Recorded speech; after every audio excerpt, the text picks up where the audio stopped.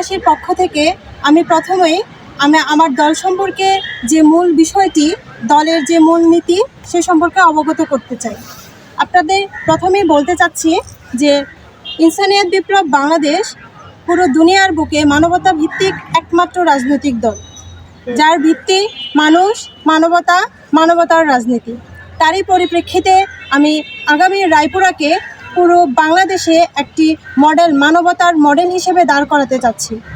রায়পুরার এত সংকট, এত বিশৃঙ্খলা, এত মারামারি, হানাহানি, মানুষকে খুন, সব কিছুর মূলে আমি যে সংকটটা দেখতে পেয়েছি সেটা হচ্ছে মানবতার সংকট।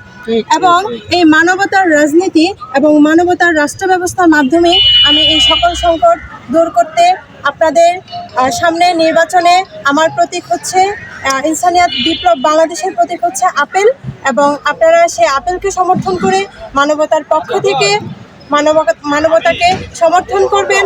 সকল মানবিক মানুষ এবং সকল ধর্ম, বর্ণ, শ্রেণী সকল মানুষকে আমি আমার সে আহ্বান জানাচ্ছি।